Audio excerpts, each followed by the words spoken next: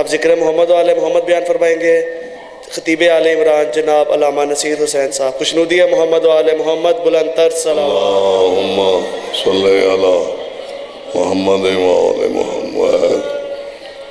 اعوذ باللہ السمیع العلیم من الشیطان اللعین الرجیم. بسم اللہ الرحمن الرحیم.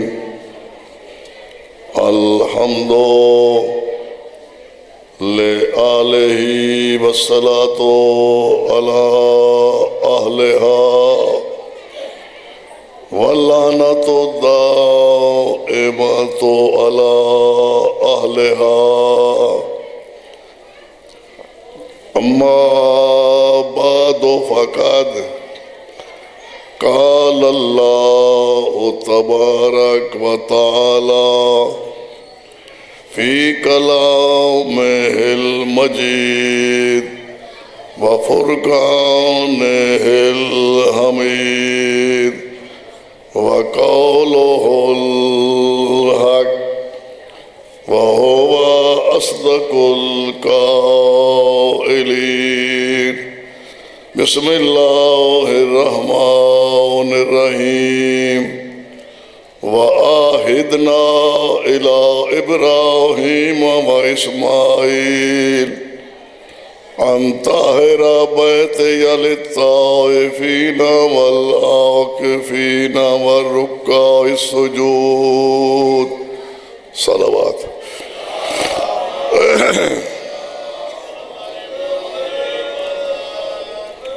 مالک خالق بحق محمد و آل محمد آپ تمام حضرات کو آباد و شاد رکھے.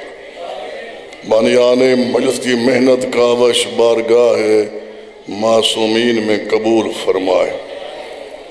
آپ سب کے مرحومین بانیان کے مرحومین کو مولا غریب کی رحمت فرمائے.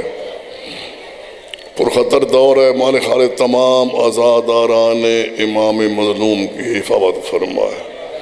آزاداری سید الشہداء علیہ السلام کا تحفظ فرمائے. دشمنان آزاداری کے عزائم کو ناکام بنائے اور ہمارے امام زمانہ علیہ السلام کے ظہور میں تاجیل فرمائے. ان تمام دعاؤں کی قبولیت کے لیے بواز بلند صلوات پڑھیں.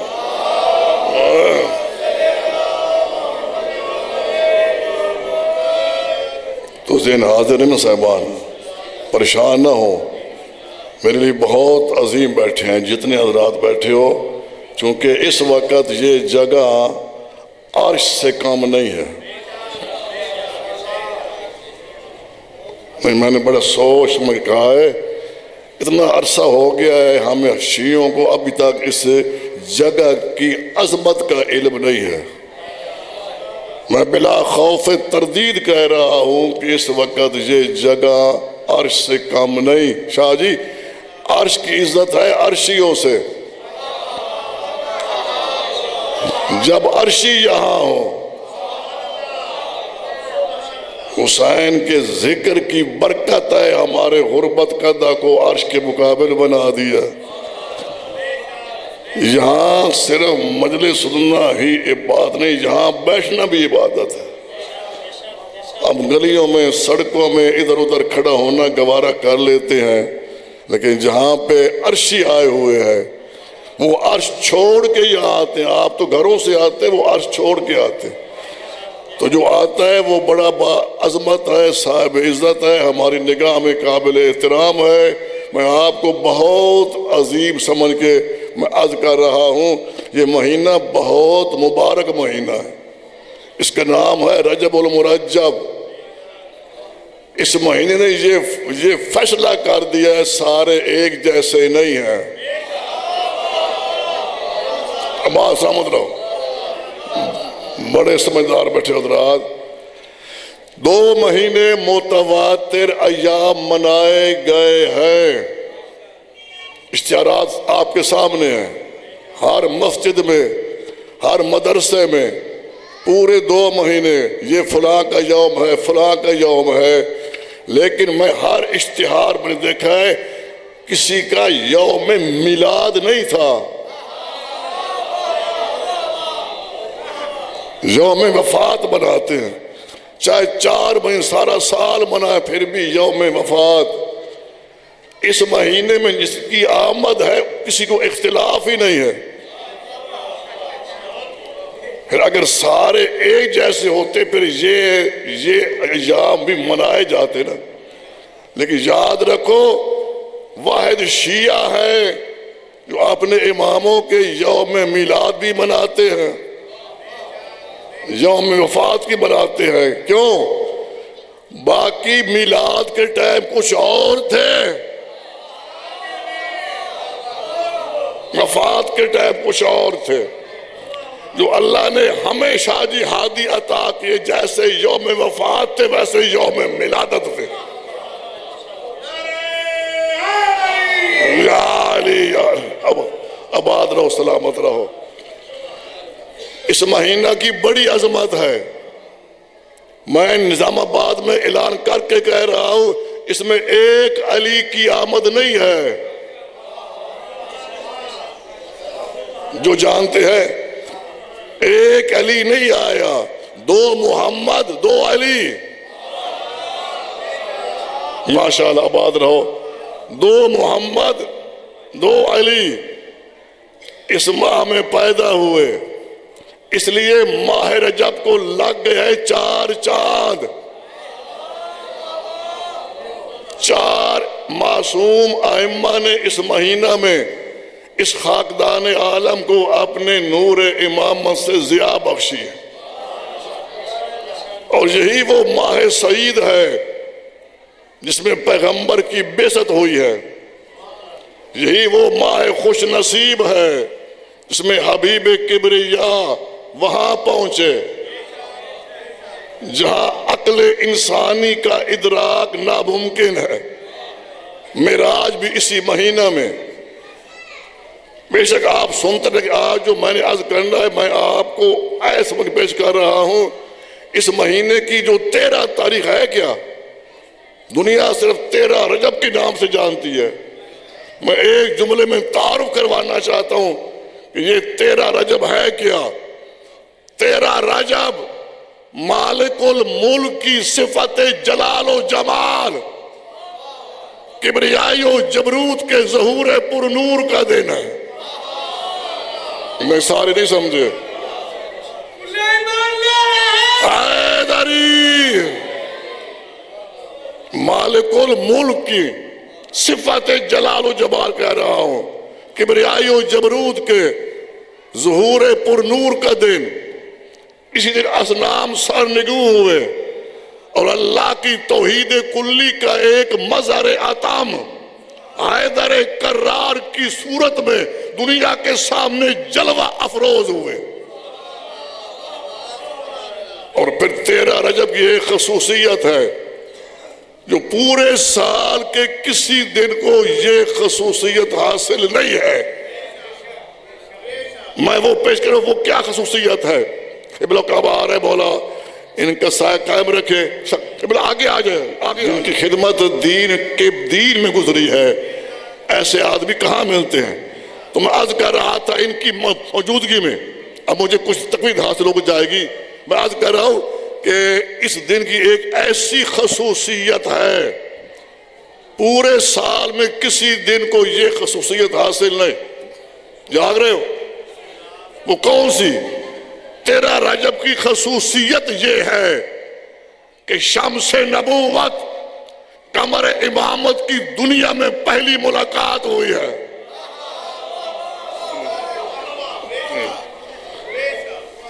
میں نے بڑے عظیم جملہ کہا تھا، جب سے اس نور کے 2 حصے ہوئے ہیں اس کے بعد دنیا میں کہہ رہا ہوں پہلی ملاقات ہوئی۔ ملاقات پہلی تھی، گھر وہ تجویز ہوا جو کائنات میں پہلا، شاہ صاحب کی بلا، گھر وہ منتخب ہوا جو کائنات میں پہلا، ملاقات کرنے والے دونوں ہادی تھے، گھر وہ منتخب ہوا جو ہدی للعالمین، اب میں ذہن ڈھونڈ رہا ہوں اگلے جملے کے لیے. ملاقات کرنے والے دونوں خالق کے نمائندے تھے. دونوں خالق کے نمائندے تھے. کسی پرائیویٹ گھر میں ملاقات نہیں ہوئی, سرکاری گھر میں ملاقات ہوئی. آباد رہو. سرکاری گھر میں, تو جس گھر میں ملاقات ہو, قبلہ بیٹھے, اس کا نام ہے بیت الملاقات. اس کعبے کا ایک نام ہو گیا بیت الملاقات, جہاں شمس نبوت قمر امامت کی ہوئی ہے پہلی ملاقات. اللہ نے ملاقات سے پہلے ایک انتظام کیا جو آج میں نے آپ کے سامنے پیش کرنا ہے. میں اپنی بات کا خود ذمہ دار ہوں, کوئی افسانے میں نے یہاں پیش نہیں کرنے. آپ کو آپ کے سامنے پوری میں آپ کو گارنٹی دے رہا ہوں ان جملوں کے لیے. ملاقات سے پہلے اللہ نے ایک انتظام کیا ہے. اللہ نے 2 نبیوں کو آواز دی, ابراہیم, اسماعیل. جی رب جلیل, اس میرے پہلے گھر میں میرے 2 نمائندوں نے کرنی ہے پہلی ملاقات. اس کی ڈیکوریشن کرے, تعمیر نو کرے. باپ ہے معمار, بیٹا ہے مزدور. کائنات میں یہ پہلا گھر ہے جس کا معمار بھی نبی ہے, مزدور بھی نبی ہے. معمار بھی معصوم, مزدور بھی معصوم. جب باپ بیٹے نے اس کی تعمیر شروع کی, آج بسم اللہ, باپ بیٹے نے اس پہلے گھر کی جب تعمیر نو شروع کی نا شاہ جی, علامہ ظفر حسن لکھتے ہیں, امروہی لکھتے ہیں کہ جب اس کی دیوار اتنی بلند ہو گئی کہ ابراہیم کا ہاتھ نہیں پہنچ رہا, ابراہیم نے ایک پتھر اٹھایا, پتھر کو نیچے رکھا, پتھر پہ کھڑے ہو کر اس کی دیواروں کو بلند کرنا شروع کیا. سارے سن رہے ہو؟ ابراہیم نے پتھر اٹھا کے نیچے رکھا, اس پہ کھڑے ہو کر اس کی دیوار کو بلند کرنا شروع کیا. جب ابراہیم کے قدم آئے نا پتھر پہ, ہے پتھر نے اپنی بے زبانی میں بے زبان خالق سے کہا. افسوس ہے کہ میں کوئی دور سے نہیں آیا. وزیر آباد والے دور والوں کو بڑے اچھا سنتے ہیں, قریب والوں کو سننا پسند ہی نہیں کرتے. مولا علی فرماتے ہیں یہ نہ دیکھو یہ قریب والا ہے, یہ دیکھو پڑھ کیا رہا ہے. اب آت رہو, سلامت رہو. میں آج یہی کر رہا تھا کہ ہے پتھر, ابراہیم کے قدم پتھر پہ آئے. اس نے اپنی بے زبانی میں بے زبان خالق سے کہا, مالک ساری زندگی مجھے پتھر رکھنا, آج تھوڑی دیر کے لیے مجھے موم کر دے.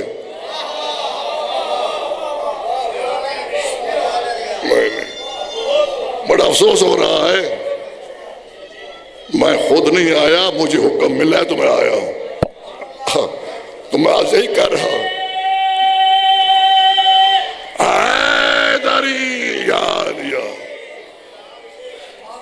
تھوڑی دیر کے لیے مجھے موم کر دے تاکہ تیرے خلیل کے نقش پا اپنے سینے پہ لے سکو. تیرے خلیل کے پاؤں کے نشان اپنے سینے پہ لے سکو. لفظ آپ نہیں سمجھے گے پھر اور کون سمجھے گا. اللہ کو اس پتھر کی نبوت شناسی اتنی پسند آئی. ہے پتھر, اس میں میرے خلیل کی اتنی پہچان, اس پتھر کو ضائع نہیں ہونے دیا. وَاتَّخِذُوا مِن مَّقَامِ إِبْرَاهِيمَ مُصَلًّى, اسی پتھر کو مصلی بنا کر کعبے کے باہر حرم میں جگہ دی. جو حاجی بیٹھے ہیں صرف جگہ نہیں دی، قیامت تک آنے والے حاجیوں پر یہ فرض کر دیا، چاہے کسی ملک کا حاجی کیوں نہ ہو، کسی فرقے کا حاجی کیوں نہ ہو، میں ان کا حج اس وقت تک قبول نہیں کروں گا جب تک اس مقام ابراہیم پہ 2 رکعت نماز نہ پڑھے۔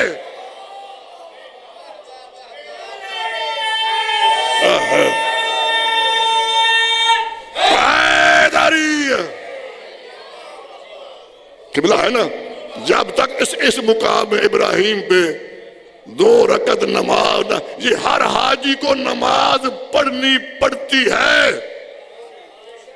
تو میں ہر حاجی سے پوچھتا ہوں کہ اس پتھر کو اتنی عزت کیوں ملی ہے؟ سارا دن بھی داد دو گے تو حق ادا نہیں ہوگا، جو خاموش بیٹھے میں نے ان سے بھی داد لینی ہے۔ میں عرض کر رہا ہوں کہ ہے پتھر، اتنی عزت کیوں ملی بیٹا، کیوں ملی؟ اس لیے اس پتھر پہ ایک امتی نبی کے قدم آئے۔ میں جملہ ضائع نہ کرو آپ، اس پتھر پہ امتی، ابراہیم کو نبوت نہیں ملی جب تک ہمارے نبی پر ایمان نہیں لایا۔ ایمان لانے والے کو کہتے ہیں امتی، جس پہ ایمان لائے جائے اسے کہتے ہیں نبی۔ جیسے حقیقی خدا ایک ہے، حقیقی نبی بھی ایک ہے۔ جاگ رہے ہو؟ حقیقی نبی بھی ایک، جو سوچے 1,24,000، وہ نبی ایک ہے جو کسی کا امتی نہیں۔ باقی نبی ہے اپنی اپنی امتوں کے نبی ہے، ہمارے نبی کے نبی نہیں۔ واحد ہمارا نبی ہے جو صرف ہمارا نبی نہیں، آدم سے عیسیٰ تک تمام نبیوں کا نبی ہے۔ پتھر کو عزت کیوں ملی؟ ایک امتی نبی کے قدم آئے۔ اور مسلمانان عالم، اگر کسی پتھر پہ امتی نبی کے قدم آ جائے، اس کی عزت کو سارے مان لیتے ہو۔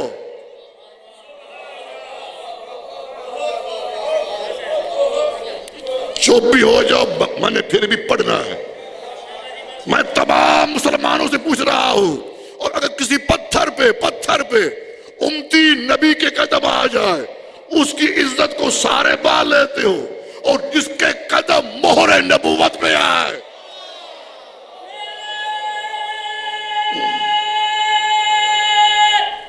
حیدری،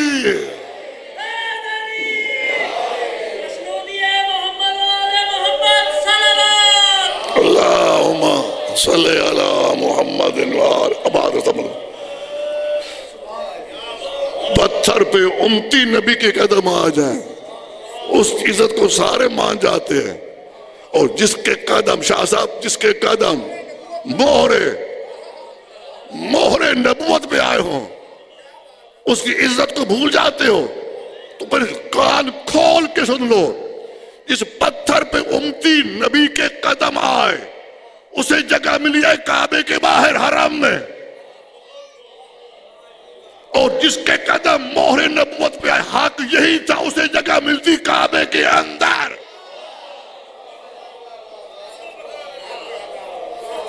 جب باپ بیٹا اس کی تعمیر سے ہو گئے فارغ، تو اللہ نے کہا اے ابراہیم، اسماعیل تمہارا کام صرف تعمیر کرنا ہی نہیں تھا۔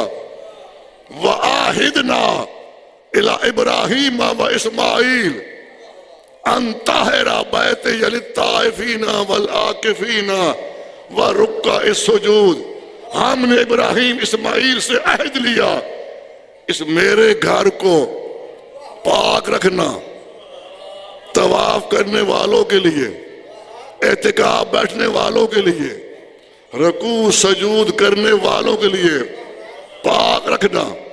ابلا بیٹھے، میں کہتا ہوں بالغ بنایا باپ بیٹے نے، تو کہہ رہا ہے میرا گھر؟ اگر تیرا گھر ہے پاک بھی خود رکھ۔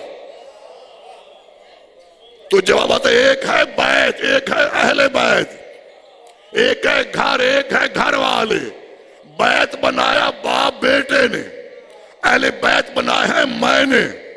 جس کو باپ بیٹے نے بنایا اسے پاک بھی باپ بیٹا رکھے گا۔ اہل بیت میں نے بنایا، پاک بھی میں رکھوں گا۔ وَيُطَهِّرَكُمْ تَطْهِيرًا۔ آباد رہو، سلامت رہو۔ حیدری گھبرا تو نہیں گیا؟ اللہم صلی علی محمد وآل محمد۔ یہاں تک سب کا اتفاق ہے، اس گھر کا معمار بھی پاک، مزدور بھی پاک، جو پتھر استعمال ہوا وہ بھی پاک، جو گارا استعمال ہوا، یہ سیمنٹ اس ٹائم شاہ جی نہیں تھے، جو گارا لگا وہ بھی پاک، گارے میں جو پانی استعمال ہوا سارے بولو وہ بھی پاک۔ اس گھر کا سارا مٹیریل پاک ہو۔ جب یہاں تک سارے مانتے ہو کہ معمار، مزدور، پتھر، گارا، پانی پاک، آج وزیر آباد میں کچھ اور بھی بنوانا چاہتا ہوں۔ جب سارے مسلمان مان گئے ہیں معمار پاک، بھائی جان مزدور پاک، پتھر پاک، گارا پاک، پانی پاک، اس گھر کا سارا مٹیریل پاک ہو، ایسے پاک و پاکیزہ گھر کی دیوار جس کی آمد پہ پھٹ جائے وہ کتنا پاک ہوگا؟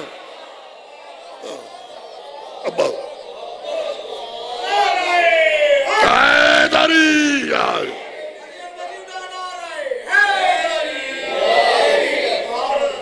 ایسے طیب و طاہر یا رسول اللہ، حیدری زندہ آباد، مرد آباد۔ اللہم صلی علی محمد آباد صبر۔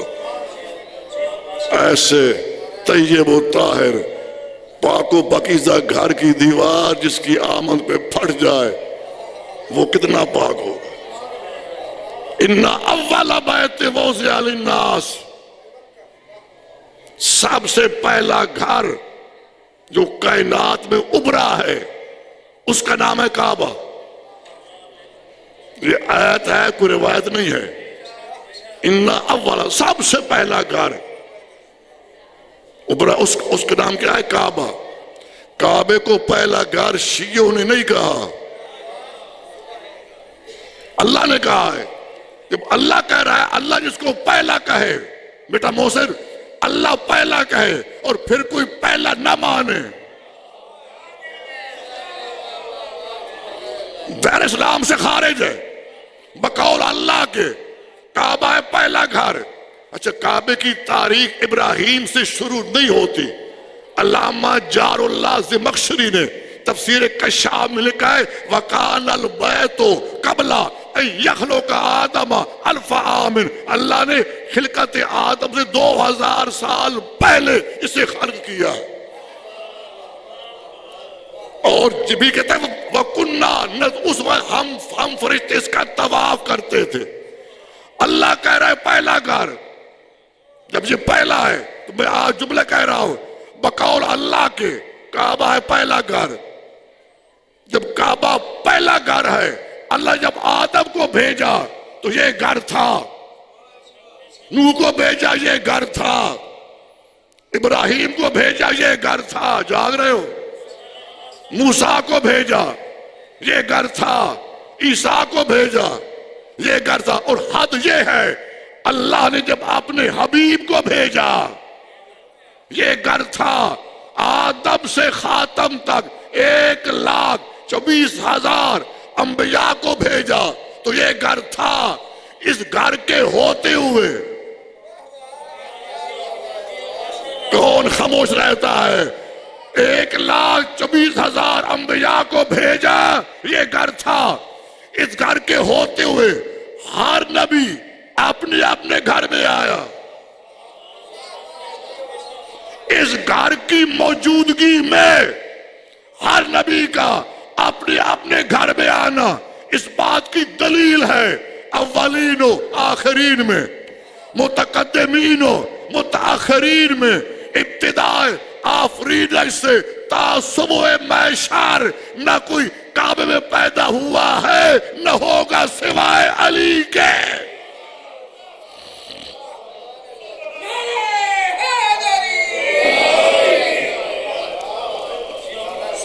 ابتدائے آفریدگی سے تا صبح محشر نہ کوئی پیدا ہوا ہے نہ ہوگا سوائے علی کے۔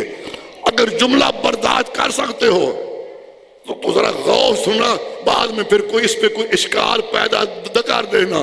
میں پوری ذمہ داری سے کہہ رہا ہوں، کعبے میں علی کا آنا، کعبے میں علی کا پیدا ہونا، علی کی وہ فضیلت ہے کہ جس میں علی وحدہ لا شریک ہے۔ کعبے میں پیدا ہونا یہ علی کی ایسی فضیلت ہے جس میں علی وحدہ لا شریک ہے، اور جس علی کی فضیلتوں میں شاہجی معصوم شریک نہ ہو سکے، کائنات کے خطا کار کیسے ہو سکتے ہیں؟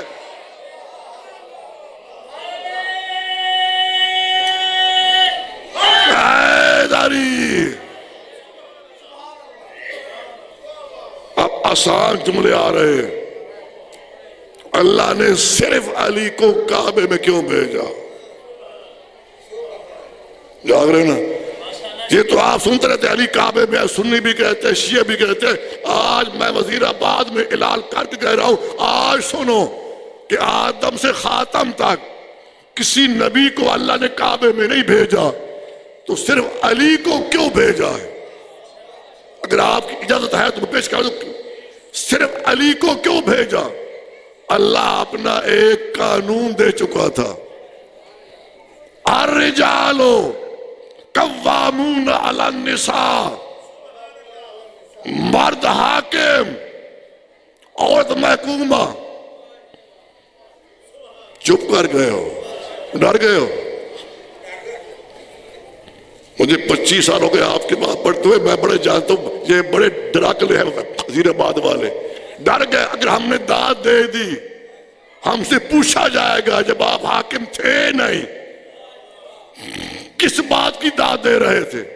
اب جو خاموش رہا پھر وہ حاکم نہیں ہوگا، یہ اللہ کا فیصلہ ہے۔ الرجال قوامون علی النساء، مرد حاکم، بولو، عورت محکومہ۔ مرد کو صفات میں عورت سے بلند ہونا چاہیے۔ بیٹھے کوئی؟ مرد کو صفات میں عورت سے بلند ہونا چاہیے۔ کیوں؟ اگر مرد صفات میں عورت سے بلند نہ ہو اس گھر کی آبادی بہت مشکل ہو جاتی ہے، وہ گھر آباد ہو سکتا ہی نہیں ہے۔ تو مرد کو صفات میں عورت سے بلند ہونا چاہیے۔ اب سنو کہ صرف علی کو کعبے میں کیوں بھیجا؟ اللہ کے علم میں تھی یہ بات، علی کی شادی کس سے ہوگی؟ علی کی شادی ہوگی جناب سیدہ سے، جناب سیدہ ہے رسول کی بیٹی۔ شادی ہونے کے بعد کسی مقام پر اگر سیدہ علی کے سامنے کہہ دیتی یا علی میں رحمت العالمین کے گھر میں آئی، میرے علی کا سر نیچا نہ ہو، نیچے سر والے کو علی نہیں کہتے، علی سر اٹھا کر کہے سیدہ اگر آپ رحمت العالمین کے گھر میں آئے تو میں ابو طالب کے گھر میں نہیں، میں رب العالمین کے گھر میں آیا ہوں۔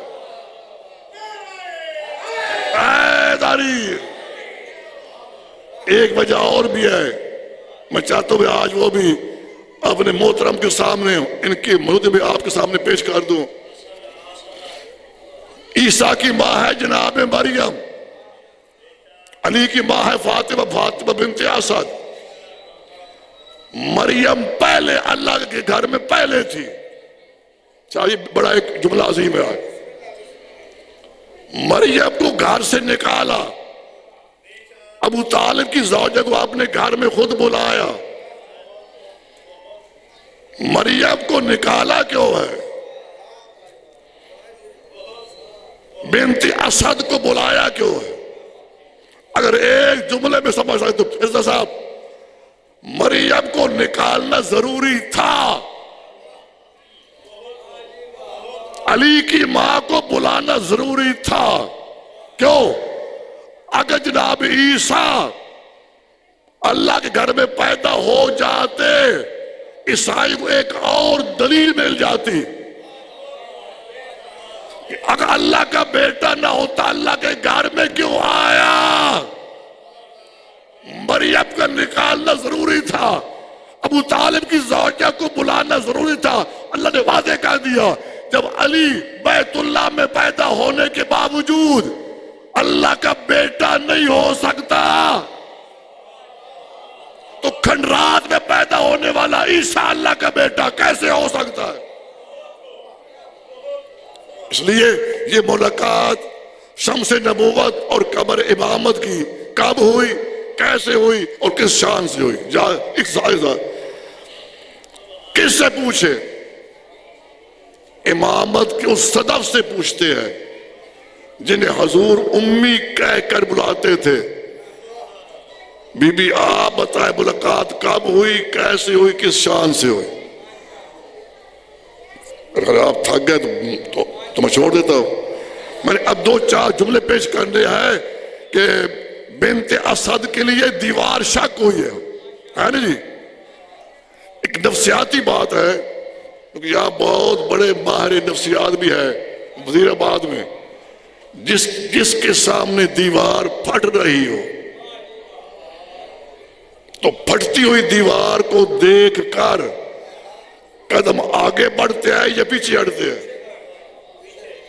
سارے نہیں بولے میرے خیال ہے. گرتی ہوئی دیوار کو دیکھ کر قدم آگے نہیں بڑھتے شاہ جی، پیچھے ہٹتے ہیں. کوئی کسی مذہب کا عالم ثابت کر دے جب بنت اسد کے سامنے دیوار شک میں بی بی کے قدم 1 انچ پیچھے ہٹے ہو. جیسے جیسے دیوار شک ہو رہی تھی بی بی کے قدم آگے بڑھ رہے تھے. تو آگے بڑھنے سے بات کی دلیل ہے. اللہ بتا رہا تھا ابو طالب کی زوجہ علی کی ماں میرے گھر میں اپنی مرضی سے نہیں آئی، میرے حکم سے آ رہی ہے. اور پھر عرب کے 4 افراد علامہ مسیح لکھتے ہیں 4 افراد عرب کے اس واقعہ کو اپنی آنکھوں سے دیکھ رہے تھے کہ دیوار پھٹی ہے، بی بی داخل ہوئی ہے، پھر دیوار مل گئی ہے. انہوں نے 3 دن کے بعد جا کر سرکار ابو طالب سے کہا کہ ہم نے یہ واقعہ خود اپنی آنکھوں سے دیکھا ہے. اور جس گھر سے کوئی فرد چند گھنٹوں کے لیے غائب ہو جائے،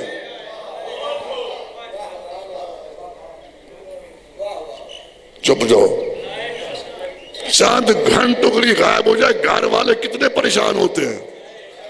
پہلے پڑوسیوں سے پوچھتے ہیں، پھر محلے والوں سے، پھر اسپیکر پر اعلان ہوتے ہیں. تاریخ میں جملہ ہے ان فاطمہ بنت اسد اقامت فی البیت 3 ایام. حضرت ابو طالب کی زوجہ اللہ گھر میں 3 دن متواتر رہی ہے. کوئی ضعیف روایت سے ثابت کرے حضرت ابو طالب نے جا کر کسی سے پوچھا ہو. حضرت ابو طالب کا گھر میں اطمینان سے رہنا اس بات کی دلیل ہے حضرت ابو طالب اللہ کی مشیت سے واقف تھے. اور جو اللہ کی مشیت سے واقف ہو وہ کافر نہیں ہوتا.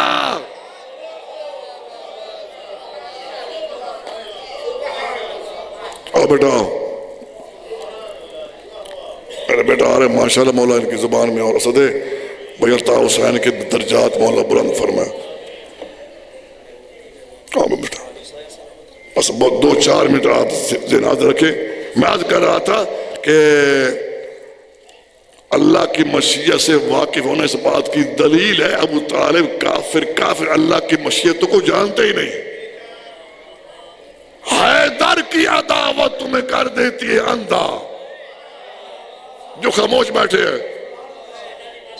میرے ماں ذاکر صاحب ہے ماشاءاللہ بہت اچھی کسی پڑھیں گے. ایک روایت پڑھ رہا ہوں, حیدر کی عداوت, منہ سے بیٹا, حیدر کی عداوت تمہیں کر دیتی اندھا, توڑ دیتے ہو شریعت کے بھرم کو. حضرت عمران کو کافر کہا, یہ بھی نہ سوچا بیت اللہ نے راستہ دیا کافر کے حرم کو. حیدری یار, کافر کے حرم کو. بس افسوس ہے دنیا نے اس خاندان کو پہچانا نہیں. پہچان لیتی یہ کربلا نہ بنتی. بغیر کسی تمہید کے میں جملہ کہہ رہا ہوں, کربلا شہر نہیں, شام ملک نہیں. سارے کہتے ہیں کربلا بہت بڑا شہر. شاہ جی میں معافی مانگ کر جملے کہنے ہیں, کربلا شہر نہیں, شام ملک نہیں, دونوں مقتل گاہ.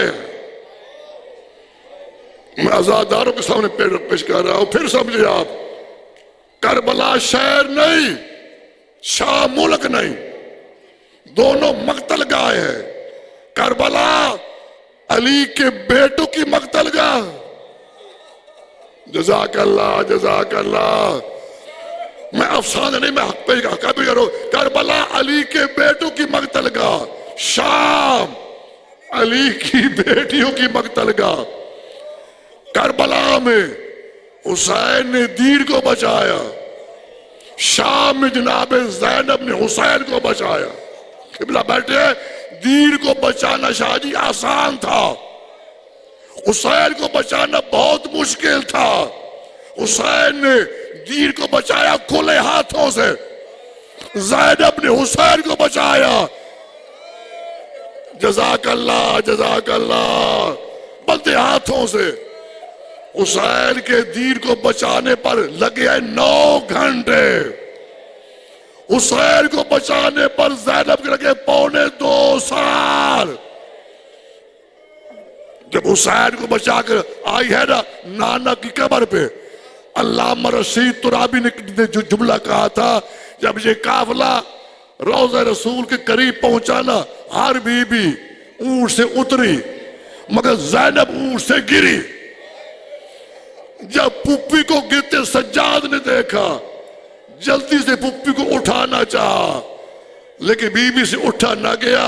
اپنے بازو کے سہارے چل کر نانا کے روزے کو پکڑ کر بڑی مشکل سے کھڑے ہو کر کہا, نانا ناراض نہ ہونا, تیری بیٹی کافی دیر تک کھڑی رہی ہے.